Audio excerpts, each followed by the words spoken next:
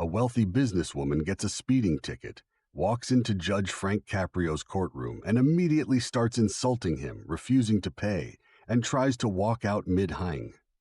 But what Judge Caprio does next will remind you that money doesn't buy respect and that arrogance has consequences. This is Patricia Whitmore's story, and it shows what happens when entitlement meets real authority in a courtroom where character matters more than your bank account. Let us know where you're watching from, because this story about accountability resonates everywhere. People are tired of watching wealthy individuals think rules don't apply to them. Wednesday morning, 10 a.m., Providence Municipal Court. Judge Frank Caprio prepares for what seems like a routine speeding case when his wife whispers a warning. Your Honor, this defendant has been difficult with court staff.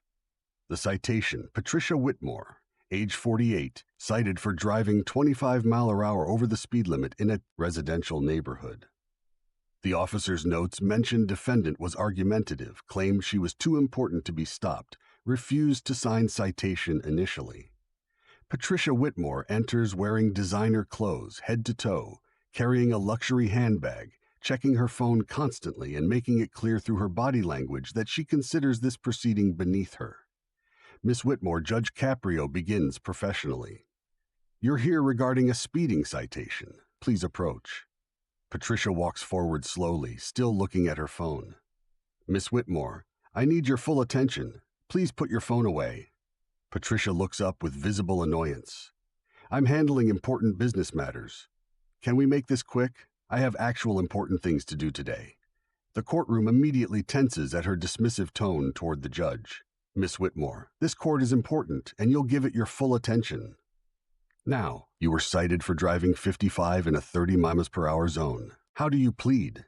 This whole thing is ridiculous. That speed limit is absurd for that road. I drive it every day, and I've never had a problem. Judge Caprio's expression remains calm but firm. That's not what I asked. How do you plead to the charge? Fine, whatever. I was speeding. Can I just pay this and leave? I don't have time for this. Judge Caprio reviews the citation details while Patricia continues showing impatience. Ms. Whitmore, 25 meters over the speed limit in a residential area is serious. There are children, families. Patricia interrupts. I know that neighborhood. Those people should teach their kids not to play near the street.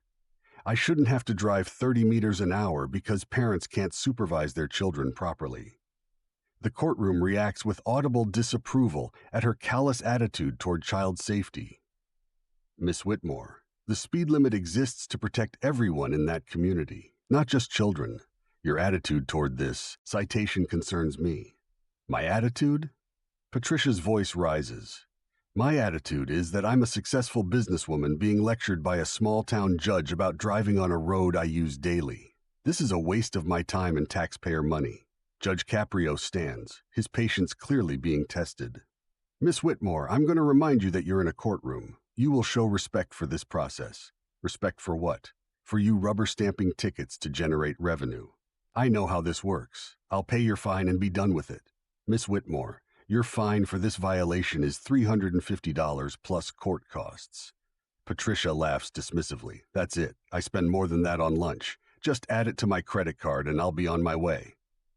Judge Caprio's expression hardens. This isn't a restaurant, Miss Whitmore. This is a court of law, and you're treating it like an inconvenience rather than a serious matter. Because it is an inconvenience. You're treating me like a criminal for driving a little fast on an empty road. Judge Caprio attempts to explain the seriousness of her violation, but Patricia's entitlement only intensifies.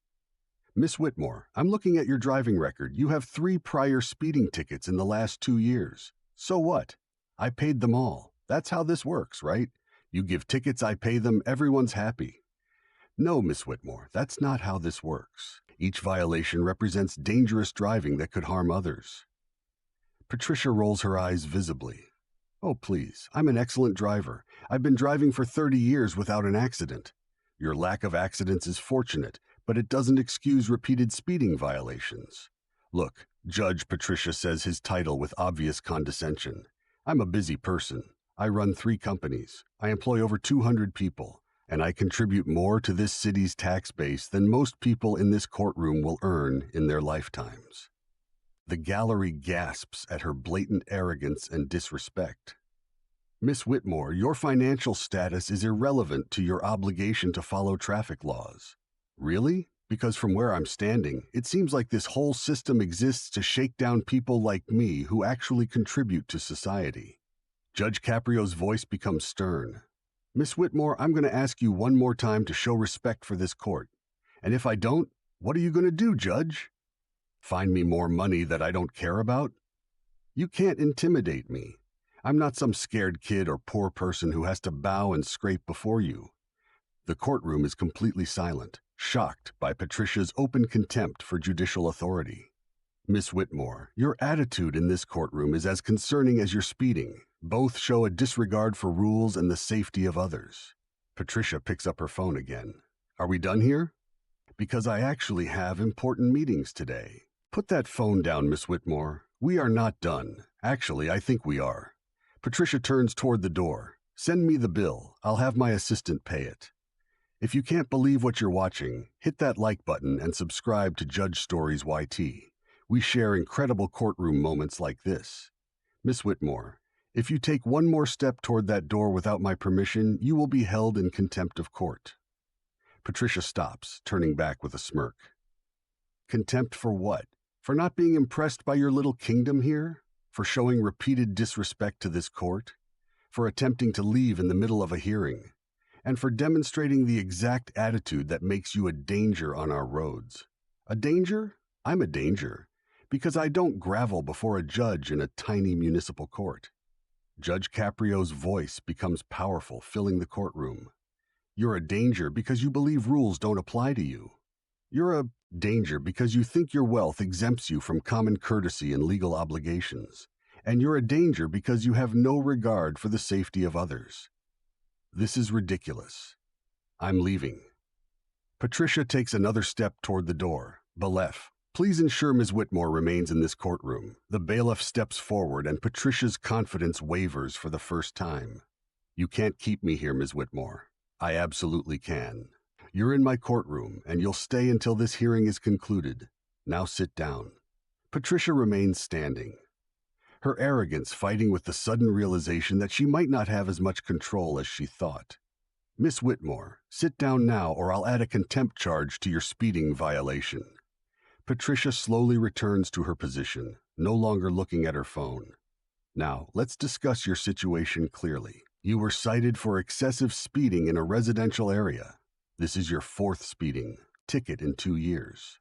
You've shown no remorse, no understanding of why this matters, and you've repeatedly disrespected this court.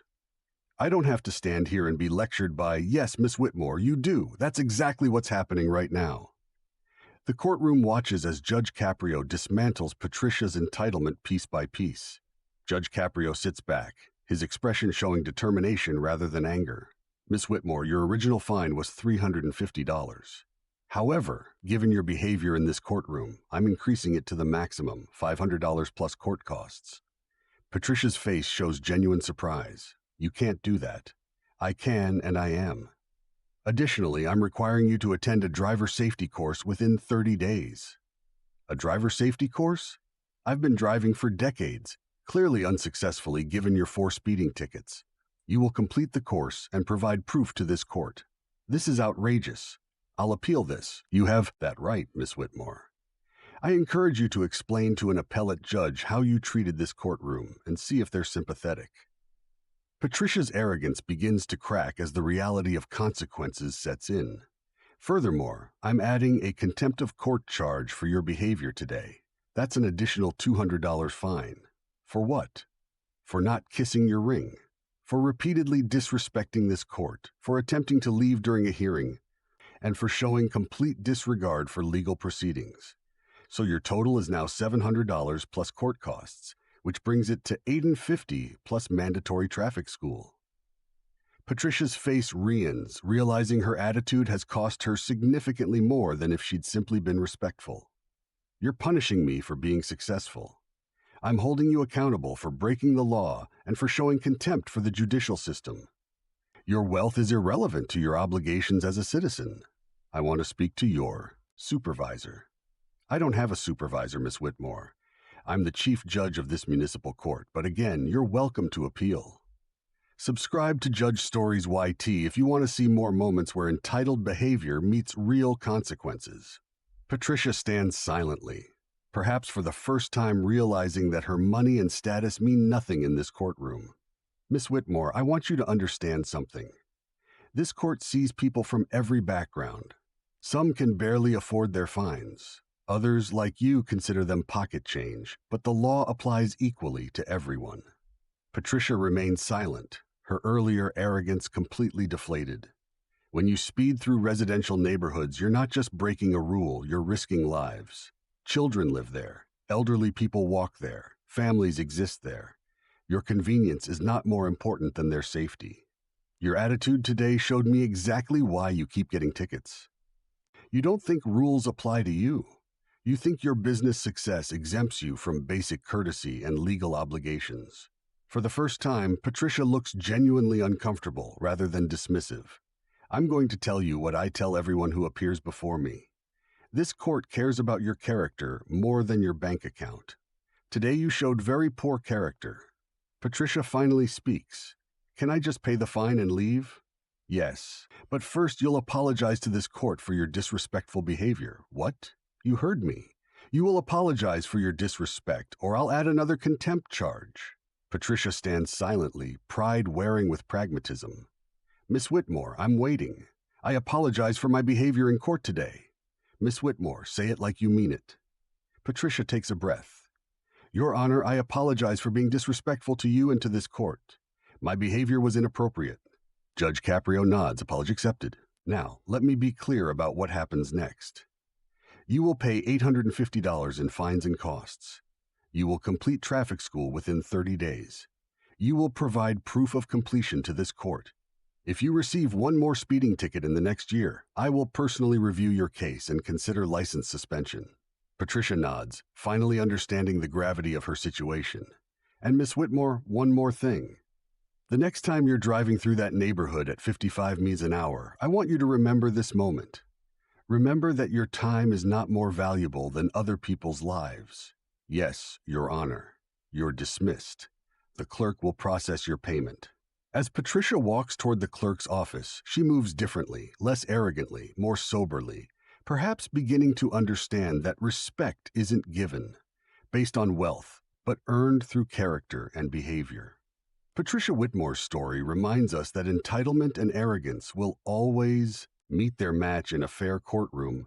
That money doesn't buy respect, and that accountability applies to everyone, regardless of how successful they think they are. Judge Frank Caprio proved once again that real authority doesn't need to be loud or aggressive. It simply needs to be firm, fair, and unwavering in the face of disrespect. Here's the question for all of us. When we achieve success, do we use it to demand special treatment, or do we remember that wealth and status don't exempt us from basic decency and legal obligations? Patricia learned that courtrooms are the great equalizer, where your character matters infinitely more than your bank balance.